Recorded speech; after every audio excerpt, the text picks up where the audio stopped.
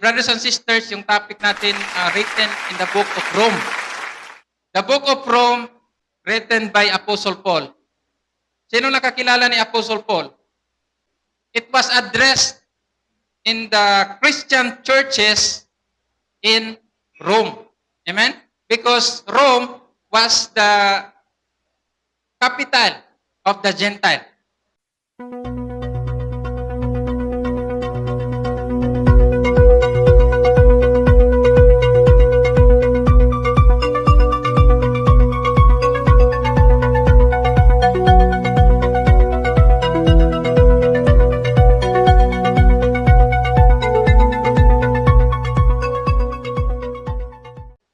Apostle Paul was called by God to bring Christianity to the Gentile world.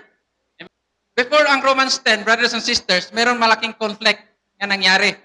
So sa ating pagsisimula, yung title ng ating message is The Lordship of Jesus.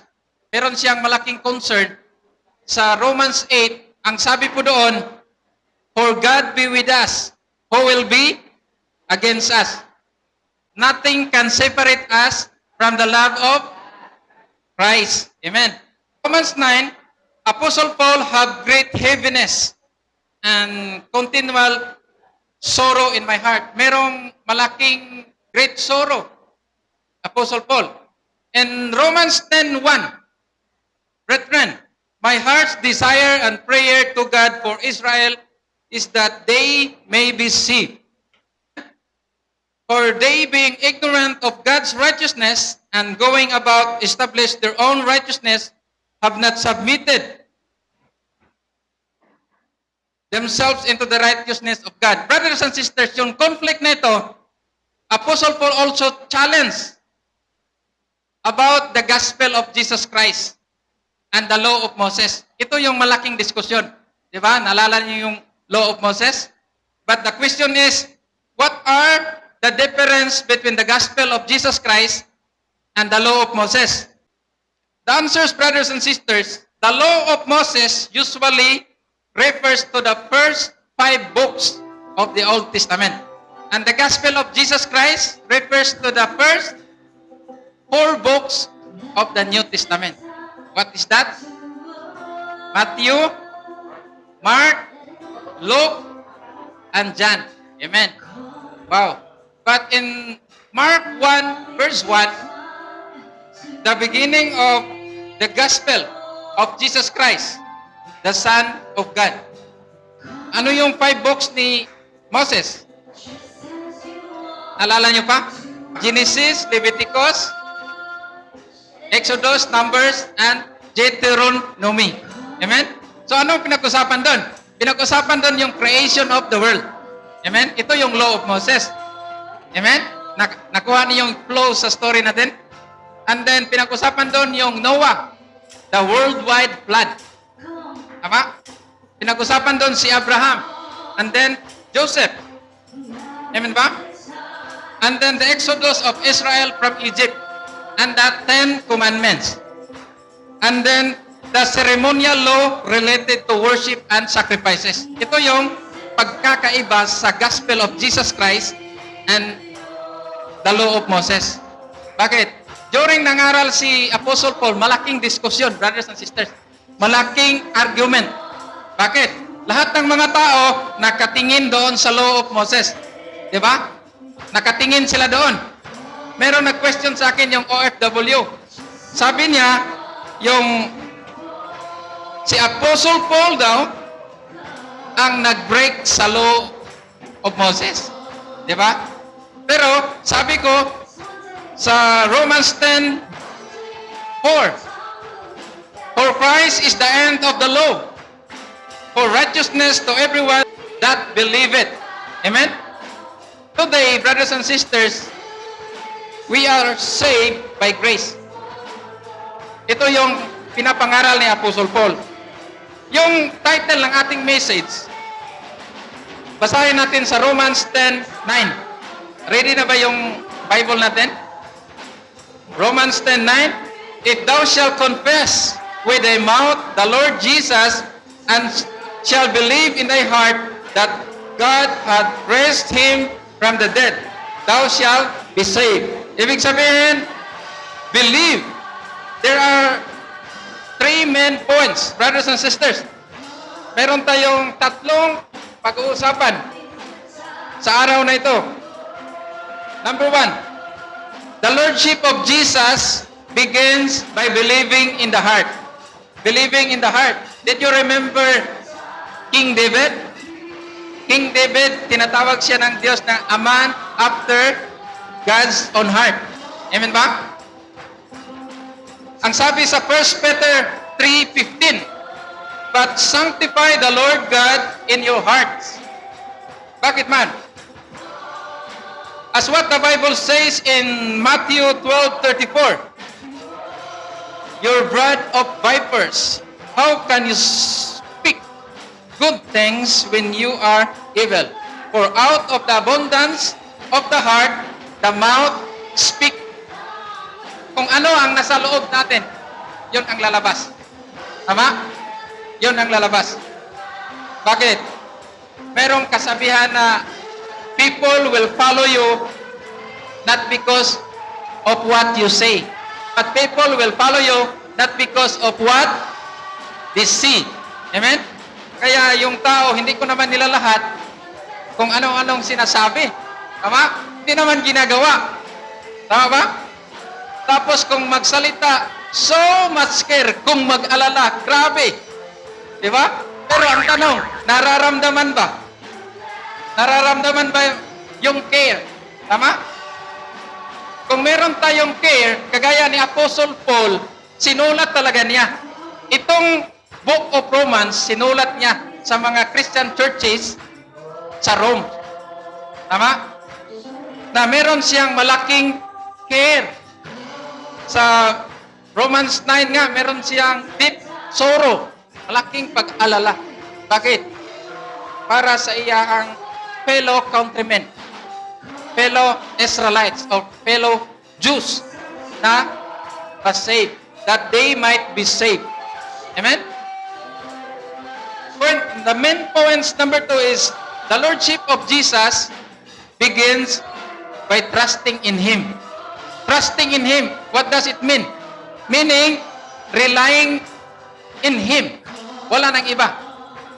Di ba? Minsan, pag meron tayong problema, ang mangyari, we are relying on other people. Yung mata natin doon nakatingin, no? Sino makapag-solve ng aking problema? Bakit ganun ang mata mo? Dapat doon, no? Kung hindi mangyari, kailangan tuhurin mo. Tuhurin. Naranasan niyo ba yung mag-bend? Lumuhod? Na yung lumuhod talaga na walang sapin dito. Di ba? Bakit? Trusting in Him. Wala tayong ibang pinaniniwalaan. Believing in the heart, and the next is by trusting in Him. Sino to? Trusting in the Lord Jesus. The Lordship of Jesus begins by calling in His name. Amen ba? So in Romans 10:13, memorize sa mga youth, memorize na? Romans 10:13. Amen? So memorize na to. For whosoever shall call upon the name of the Lord shall be saved. Amen? Kaya nga, the Lordship of Jesus begins by calling in Him. In verse 14, how then shall they call on Him in whom they have not believed? And how shall they believe in Him of whom they have not heard? And how shall they preach except they sent? As it is written, how beautiful are the feet of them that preach the gospel of peace.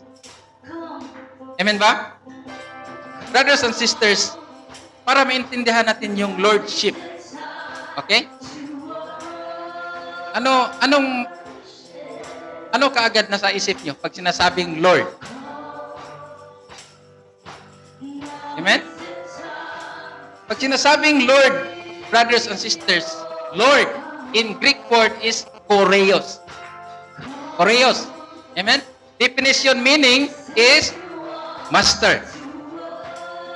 And supreme in authority. Ibig sabihin, hindi lang master, supreme in authority. Yan ang Lord. Para magkaroon tayo ng idea, yung lordship in Wikipedia. Sinong nag-google dito? Mahilig ba tayong mag-google? In Wikipedia, lordship meaning that title. Merong that title.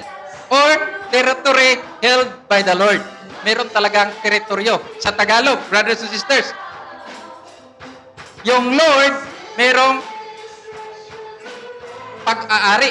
Siya yung nagmamay-ari sa lahat. Amen? Lord of Lords. Amen? Not only Jesus called Lord, but King of Kings. Ano ibig sabihin ng Kings of Kings?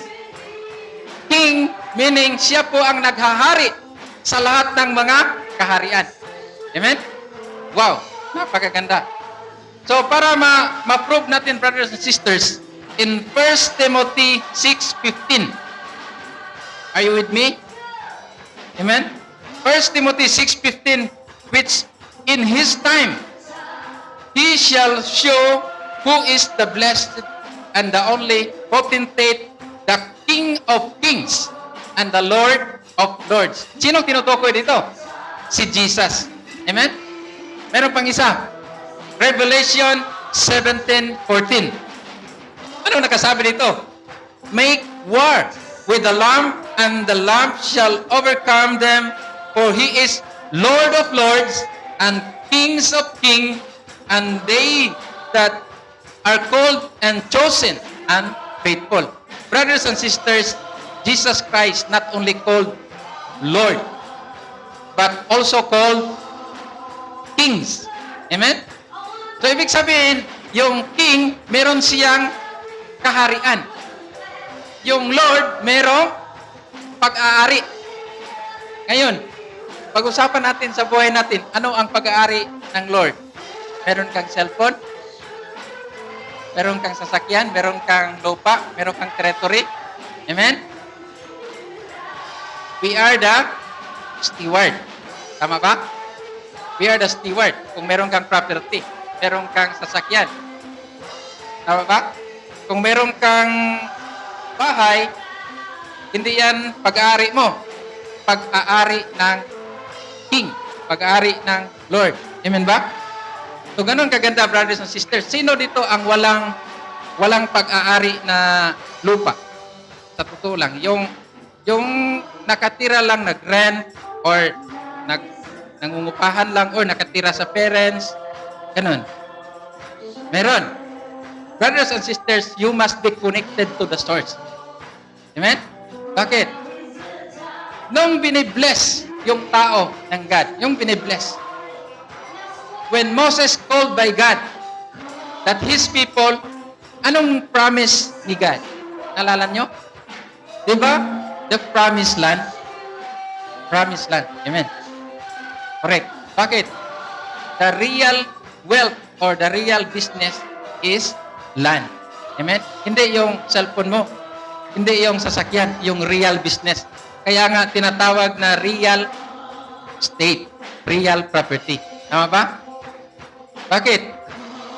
Nung binibless yung tao ng Panginoon, binibigyan ng lupa. Bakit? Anong meron sa lupa? Nandun na lahat. Nandun ang gold, nandun ang silver sa lupa. Tama?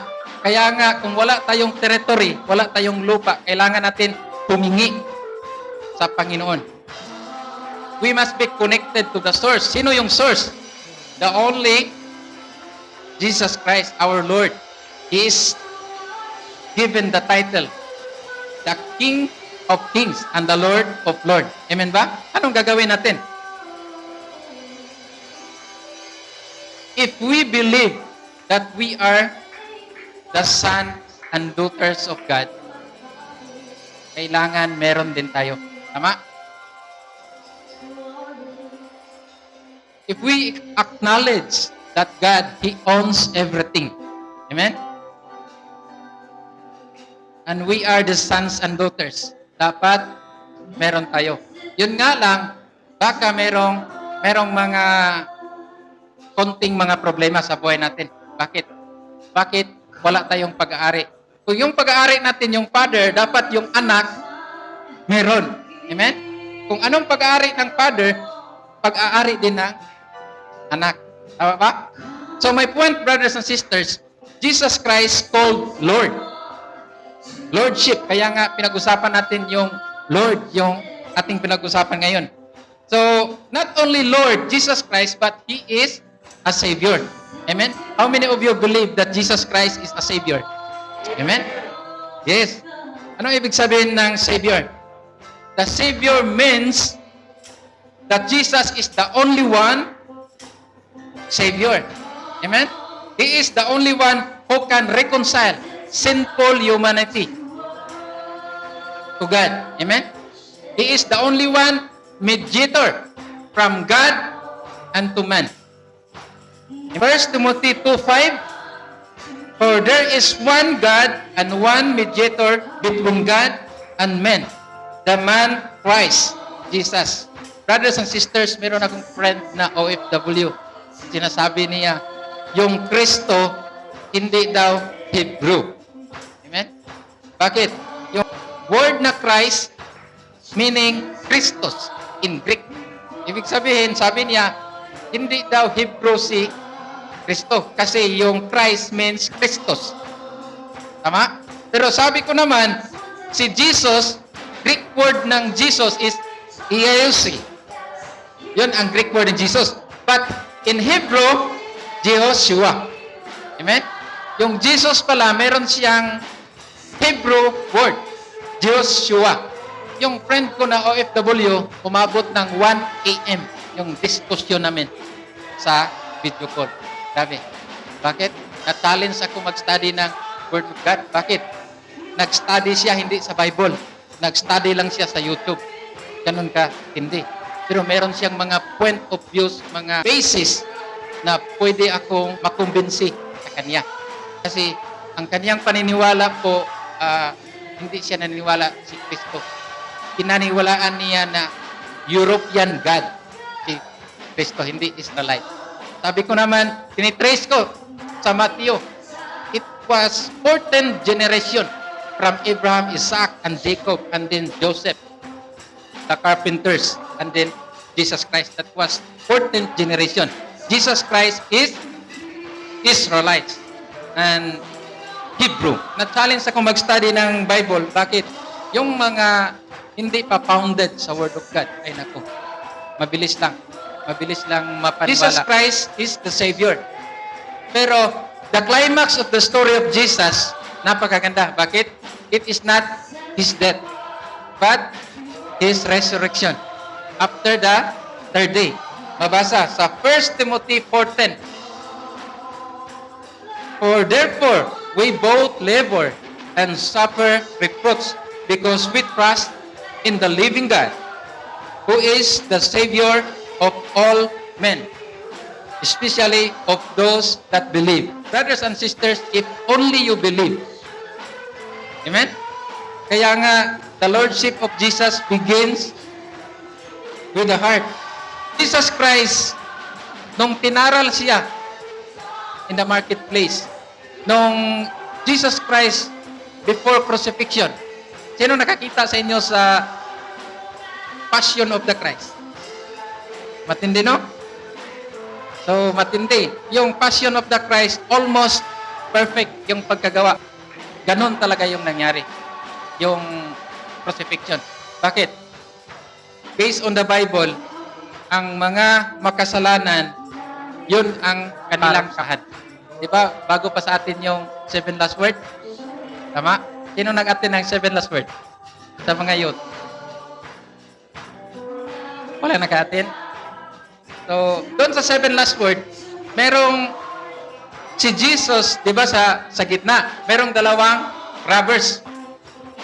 So, yung robbers doon, yung isang robbers, simple lang yung sinabi niya, Lord, if you are within the paradise, remember me. Amen ba? Anong sagot ni Jesus? Today, you will be with me in the paradise. Wow, grabe. That was a believing word. Amen?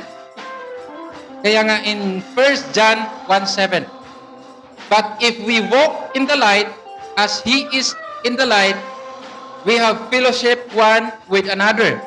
And the blood of Jesus Christ, His Son, cleanseth us from all sin. Ibig sabihin, dahil sa dugo ni Jesus, tayo po'y na-cleanse. Kaya nga, Jesus Christ not only called salvation, but justification, sanctification, and redemption. Amen? The word redemption, brothers and sisters, tayo po'y hindi tinubos ng silver and gold. Amen ba? Tinubos po tayo sa dugo ni Kristo. Point of view, brothers and sisters, ganito. Tayo po'y makasalanan. Tama? Lahat po tayo makasalanan. No one seeking God. No one is righteous. According to the scriptures. Amen? So since na tayo po'y makasalanan, yung hatol, as what the Bible says, for the wages of sin is death. Dapat tayo yung mapako. Dapat tayo yung mamatay. Dahil sa kasalanan. Pero, anong sabi ng Bible? Romans 5:8. But God commended His great love toward us, in that, while we were yet sinners, Christ died for us. Amen ba? Si Kristo po ang nagpakamatay sa cross, sa Kalbaryo, para ikaw ug ako maluwas. Sabi ni Isaya pa, kung gusto mong maluwas, si Kristo mangluluwas. Kung gusto mong matubos, si Kristo manunubos. Gusto kang malangit, si Kristo tagalangit. Amen ba? Brothers and sisters, Jesus Christ, Savior, Lord, and King. Amen?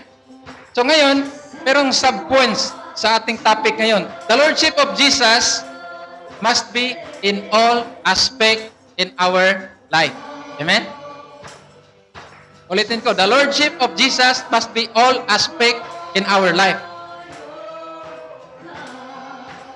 My question is, what are the areas in your life that you have not yet submitted to the Lordship of Jesus Christ? Saan parte? Saan parte? Ulitin ko ang tanong. What are the areas in your life that you have not yet submitted to the Lordship of Jesus Christ? Amen? Gusto nyo, isa-isahin ko to, magkabistuhan tayo. Number 1, relationship. Kamusta man yung ating relasyon sa ating Panginoon? Nakapag-basa pa ba tayo ng Word of God? Nakapag-read pa ba tayo ng Bible? Amen? Kamusta man? Nakapag-meditate pa ba tayo? Kumusta yung ating relasyon? Every time meron tang problem, we encounter troubles. We easily call. Amen? Naalala ko yung meron akong papunta kami ng Maynila before lockdown. Naalala ko yun. Yung before lockdown, brothers and sisters, yung flight namin, that's 11. Tapos, nung dumating na kami sa Pueblo, meron akong nakalimutan sa bahay. Yung bahay namin, it takes 40 minutes para makarating doon. Pagbalik, 40 minutes na naman. Tapos, yung naiwan sa bahay, need ko talaga. Tapos yung flight, alas 11. Tapos I think, more than 9, nandito na kami sa Pueblo. Kailangan kong mag-decide quickly, ng madalian, kung babalik pa ba ako sa bahay or iiwan ko na lang yung naiwanan. Anong ginawa ko? Tumabi ako sa daan at nag-pray, Lord, anong gagawin ko, Lord? Babalik pa ba ako o hindi? Ganun na kasimple yung ginawa ko. After praying, merong bumulong sa aking isip na wag na lang magbalik. Automatic. Umikot ako, balik ako sa airport. Yan pala, pagbalik ko sa airport, maaga pala yung aeroplano. Na maaga siya ng more than 30 minutes. Tumawag na. tumawag na ng mga pasahero. Ay, naku. Anong nangyari pag naiwan ako sa aeroplano? Isang buwan ako mag-isa sa bahay. Tulong mag-isa. Bakit? 1 month vacation namin sa Manila. Ganun katindi. Before lockdown yun. Ganun katindi. Imagine, maiwanan ka. Vacation pa. Anong mangyari? Di ka kaya umiiyak? Tama ba? Vacation? Buong pamilya mo nandoon, tapos ikaw lang naiwan. Di ba? Nagets nyo ang anong point? So, brothers and sisters, our relationship with the Lord, kailangan merong two-way communication. Meron kang problema, tumawag ka, tapos siya magpapahayag sa'yo the Word of God. Amen? It doesn't matter kung nagbabasa ka ng Word of God during your office hours. Walang problema. Diba? 1 chapter a day in Proverbs. 1 chapter a day in the Gospel. Amen? Or before bedtime, nagbabasa ka. 1 chapter. Or after bedtime. Amen? Bakit? Kailangan natin na magbasa ng Word of God. As what the Bible says in Joshua 1:8. Meditate the Word of God day and night. Wow, day and night. Tapos yung iba, kahit day, kahit night, wala good. Diba? Ano mangyari? Sabi ni Pastor, subukan nyo. Huwag kayong magbasa ng Word of God. With 1 week lang, subukan nyo. Diba? Anong mangyari? Parang sumabog yung West Philippine Sea. Palagi. Tapos sa bahay, anong mangyari sa bahay? Ay, naku, masinggan. Yung masinggan, kahit naka-cover ka, tumama pa rin. Lumabas ka na sa bahay kasi cover mo, buong bahay na. Tatamaan ka pa rin. Di ba? Tapos, meron pang nagsabi sa akin, ay, Brad, hindi ako makapag-pray, hindi ako makapag-read ng Bible. Bakit? Di among kasa, magulo gayon. Nangyari, may advice, brothers and sisters, kung magulo yung bahay ninyo, may advice. Subukan yung magbasa ng Bible alas 4 ng madaling umaga. Subukan nyo. Anong mangyari? Pati demonyo, tulog. O, di ba? Tulog. So, sigurado, Word of God ka talaga. Makapagbasa ka talaga. Baka nag-Word of God ka alas 7. Concentrate pa alas 7. Todo kibrahan. Chine. Alas 7 rin man. Di ba? Ganun katindi. Brothers and sisters, the Lordship of Jesus must be in all aspects in our life. Relationship. Pangalawa, in ourselves. Kumusta? Kumusta yung ating sarili? Kumusta? Si Lord pa ba ang nasusunod or ikaw na? Diba? Paano malaman natin na si Lord ang masusunod? Diba? Based in the Word of God. Amen? Pag sinabing Sunday, kailangan mag-prepare ka talaga. Diba? Pag sinabing schedule natin sa ating cell grouping natin, kailangan, nandun ka talaga. Huwag mong sabihin na, ay, malate ako. Pastor, malate ako. Diba? Tayo nang malate. Okay lang yan, malate ka. Hindi ako mag-attend. Okay lang yan, hindi ka mag-attend. Bakit? Meron mang mga mag-attend. Diba? Doon tayo mag-focus sa mga mag-attend. Ourselves, brothers and sisters, kung tutunghayan natin yung sarili natin, merong tinatawag na 2 lobo. Kung maalala nyo, sa self natin, merong 2 lobo na bumubulong at nagdidikta sa buhay natin. Diba? Kung merong pangyayari, example, meron kang nakitang cellphone. Example lang ba? Merong 2 nagbubulong sa isip mo. Yung tinatawag ng kampon ng kadiliman at saka yung kabutihan. Diba? Tapos, pag nakita mo yung cellphone, example, ay, tago ko na to. Ay, kampon ni kadiliman na yun. Diba? Oo. Bakit? Pag nanakaw na yun, bakit mo kinuha? Hindi mo man yan pagmamayari. Amen? Dapat kunin mo, tapos dalhin mo doon sa e-media para makontak yung may-ari. Makuha, may balik. So, makatulong ka pa. Yung may-ari, mayaman pala. Nag-reward sa'yo ng 100,000. Bakit? Yung cellphone na yun, kumita ng 1 million every month. Di ba? Pag tinago mo yun, nawala na. Paano mo may mapirahan yun? May password ba yun? May PIN code pa. Anong gagawin mo yon? Decoration man lang yun sa bahay, decoration. Di ba? Palaruan ng mga pusa. Brothers and sisters, malapit akong matapos. The Lordship of Jesus must be in all aspect in our lives, especially in our workplace. Amen. Workplace. Kumusta sa mga trabaho natin? Remember, brothers and sisters, you will have to influence others. Not others influence you. Tama? Huwag tayong makapayag na dahil sa ating mga katrabaho, tayo ang ma-influensyahan. Tama? Dapat tayo ang maka-influensya sa kanila. Oh, example, nandoon ka sa trabaho. Yung trabaho natin, ay pastor, yung trabaho ko, meron malaking DIS, CO. Doon ako nagtatrabaho. Desk ko. Diba? Anong meaning? DIS. Dancing in Satan Company. Ibig sabihin, nandoon ka nagtatrabaho sa teritoryo ni Satan. Tama ba? So, anong mangyari? Paano mo sila i-convince? Paano mo sila i-influensyahan doon na sobrang dami nila? Tapos, ikaw lang mag-isa. Anong mangyari? Ikaw talaga ang ma-influensyahan sa kanila. Ikaw talaga ang makisama sa kanila. Pagpasok mo pa lang doon, bakit ko nasabi ito? Galing ako doon. Amen? Pagpasok mo pa lang doon, sa lugar na yon, yung tinatawag to ng aninipot. Pag sinabing aninipot, alam na ng buong mga tao doon. Alam na. Bakit aninipot? Meron pag ganun, no? Tapos panggabi. Oh, twinkle. Pag sinabing aninipot ka na naman. Doon na sila nagpuntahan. Dito sa Zamboanga, nagsara naman. Bakit? Pag dumadaan kami in Jesus' name, nagsara. Bakit? Dahil sa pandemic, nagsara. Tama? So, ano mangyari? Yung trabaho mo nandun. Ay, naku. Brothers and sisters, try to imagine. Kung nagtatrabaho ka, ilang taon ka na doon, hindi ka pa binibless. Bakit? Yung lordship sa workplace mo, hindi Lord si Jesus. Tama? I recommend automatic change workplace. Amen? Cambia di aton trabaho.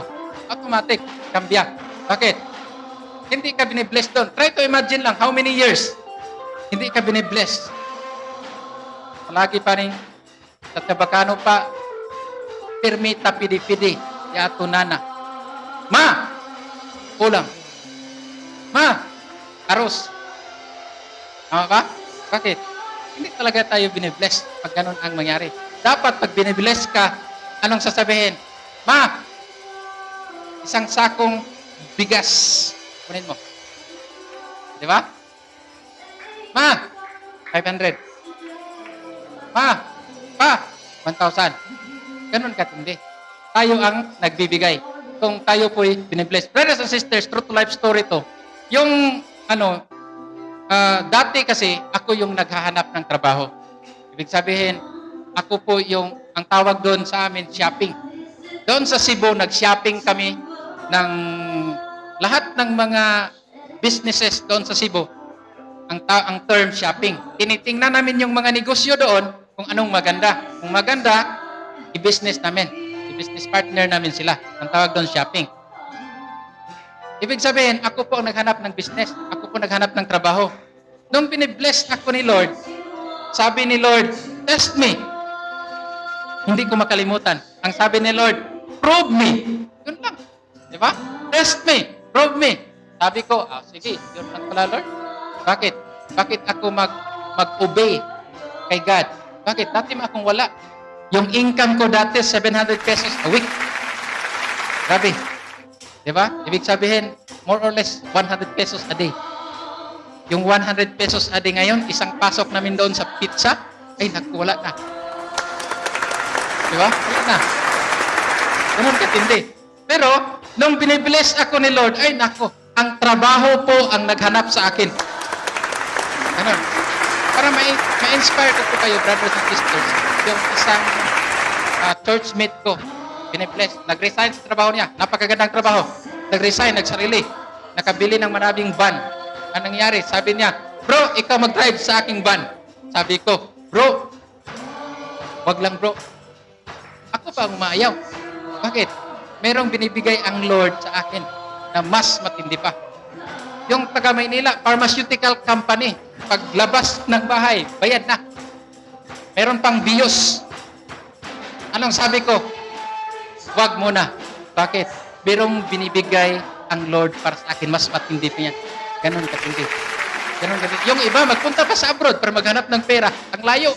Nagpunta pa sa Maynila para maghanap ng pera. Hayaan natin yung Diyos ang maghanap para sa atin. Amen? Ganon katindi. Yung workplaces natin, pag hindi tayo binibless, ay nako.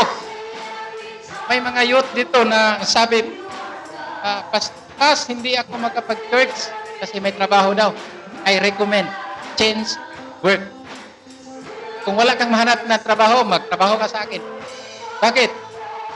Dapat sa trabaho natin, merong oras na merong oras pa na makapagsimba tayo.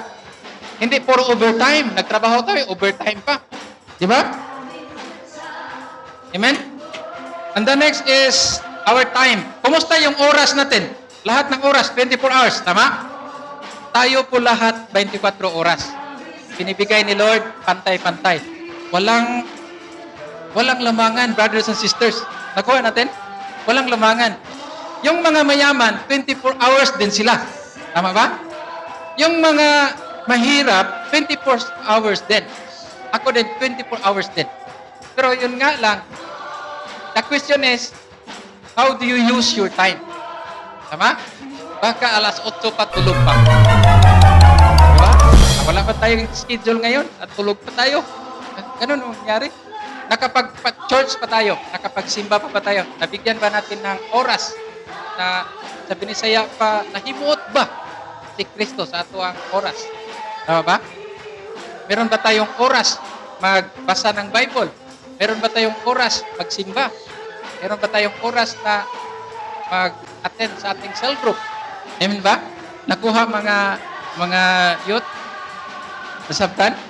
And the next is, wow, money in our finances. Ibig sabihin pala, even in our finances, Jesus is Lord. Amen ba? Bakit? Anong sabi ni Kristo? Ibigay kay Caesar ang para kay Caesar. Natandaan niyo yun? Ibigay sa Diyos ang para sa Diyos. Tama? Anong ibig sabihin nun? Yung kay Caesar, tax yun. Ngayon, ang para sa Diyos, ano yun? Diba? Do you believe in tithes and offering? Yun. Yung mga youth, yung mga naka-encounter, naturuan sila on the spot. Actual gayon na magbigay. Kasi kasama doon sa lesson sa encounter. Ganun katindi. Tama ba? Finances.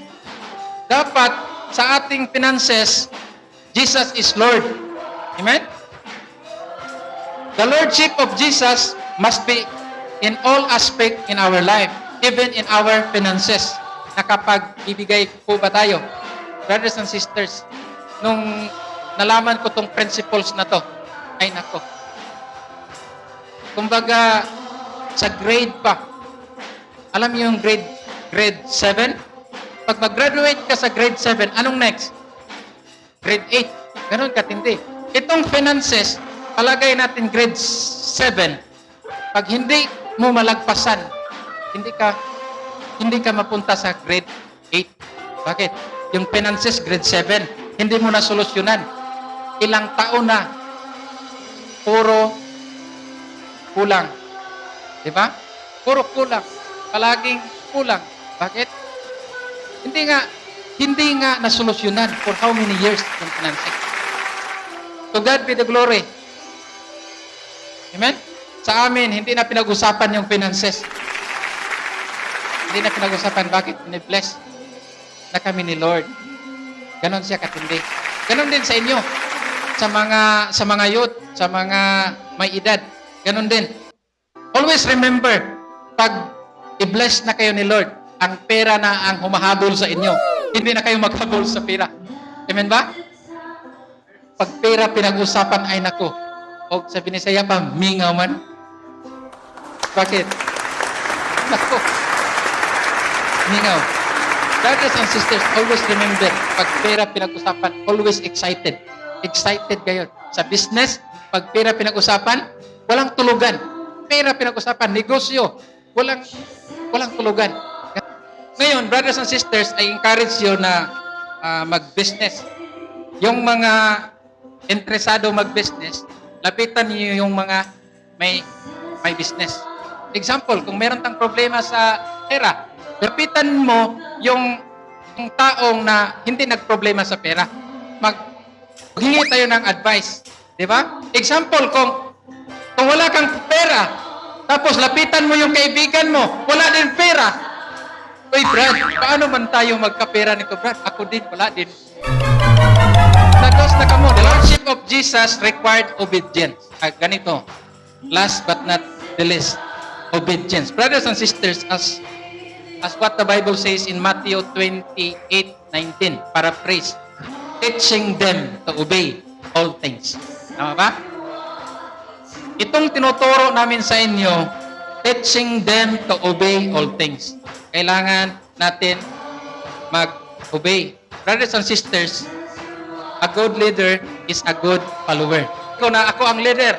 Tapos, bukas, alas 8. Alas 8 tayo bukas, ha? Pagdating bukas, alas 8, wala di ay.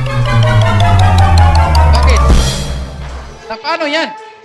A good leader must be a good follower. Dapat tayo ang mauna. Hindi pwede na kung anong sinasabi natin, hindi natin ginagawa. Tama? Mahiya tayo. Hindi nyo ba alam? Bawat sinasabi natin, ramdam. Ramdam ng ating disciple. Ramdam ng ating mga kaibigan. Ramdam. Di ba? Kahit sasabihin natin, ay nako, so much care. Nag-alala talaga ako sa iyo, partner. Ba't hindi mo sinabi? Wala ka palang pera. Di sana nagbigay ako. Ano nangyari? Tapos na. Nakuha nyo? Tapos na. Hindi mo nag-gets na kumapit ako sa iyo. Di ba? Requires obedience. Are you with me? Luke 6:46. And why call me Lord, Lord, and do not the things which I say? Ibig sabihin, bakit mo ako tinawag ng Lord, Lord, tapos hindi ka pala sumusunod sa akin? Tama ba? Very simple. Di ba? Naintindihan? As what the Bible says in Matthew 7:21. Anong sabi doon? In that day, many of you will call unto me, Lord, Lord. Hindi pwede na palagi tayong tumawag ni Lord tapos hindi pala tayo obedience. Di ba? Obedience. Sabi ng Bible, be still and know that I am God. Relax lang. Mga kapatid, relax lang. Pag mayroon kang problema, relax lang. Di ba? Huwag kang tumingin sa katabi. Doon, doon sa taas. Bakit? Pagka problema talaga tayo, brothers and sisters, walang exemption sa problema. Tama? One time, i-share ko sa inyo, meron akong problema. Napakatinding problema. Sa oras na yon, kailangan kong magbayad ng ganun. Ganun. Oras na yun, tumawag na sa akin. Sir, Ruel, yan na. Sabi ko, yes sir, nandito pa ako sir. Oo. Anong ginawa ko? Instead nga, ang gagawin ko, pag ganun-ganon anong ginawa ko? Nag-stop ako. Nag-stop. Anong ginawa ko? Nag-pray. Nag-stop ako, nag-pray. Tapos natulog. Natulog ako sa ano ko, sa tabi. Natulog. So I think mga more than 10 minutes, gumising ako. Ay, okay kayo. Tuloy na ako sa aking biyahe. Alam mo na anong nangyari? Nasolusyonan yung problema ko. Ganun katindi. Kaya nga, as what the Bible says, call unto me. Tawagin mo lang ako. So for the last, brothers and sisters, the Lordship of Jesus must be consistent. The last verse is Colossians 2:6-7. As ye have therefore received Christ Jesus the Lord, so walk ye in Him, rooted and built up in Him, and established in the faith, as ye have been taught, abounding therein with thanksgiving. Anong ibig sabihin, brothers and sisters? Yung word yan, so walk ye in Him. Ibig sabihin, continue. Amen? Keep in Him. As what the Bible says, if you love me, keep my commandment or obey my command. Amen? Brothers and sisters, this is the great challenge to each of us. Kasama po ako. Try natin i-challenge. Brothers and sisters, kumbinsido po ako in prayer. There's a miracle in prayer. Bakit? Ilang beses na namin ginawa niyan. Yung mga imposibleng butang mangyari, miracles will happen in prayer. Amen? Kaya nga, pag may lumapit sa akin na magpa-pray, mag-pray ako at kumbinsido ako na sasagutin ni Lord. Bakit? Hindi naman ako ang magsagot. Hindi. Si Lord. Amen? All we have to do is to pray. Kaya nga, mayroong isang pastor na yung member niya nagpa-pray. Yung isang pastor somewhere in Manila nagpa-pray. Yung member niya. Anong sabi ng member? Pastor, pag-pray mo ako na magbukas yung opportunity doon sa Canada, no? Canadian citizenship. Anong sagot ng pastor? Sana magsara ang opportunity doon sa Canada. Bakit? Alam nyo, kapatid, ang sagot ng pastor, ang question, pag magbukas, anong mangyari? Iiwan mo na kami. Yung mga taga rito, iiwan na. At how many times happened? Dito, si Pastor Edward nag-pray. Pastor Edward, ipag-pray mo ako na makapag-abroad ako. Tama ba? Ano nangyari? Nakapag-abroad. Sinagot ba ni Lord? Sinagot. Pero ang question, the Lordship of Jesus Christ, nakapag-obey ba? And finances, wala na. Tama? Kaya nga, brothers and sisters, sa mga youth, may lumapit sa akin magpa-pray. Mag-pray talaga ako. Bakit? Our God is the God of answers prayer.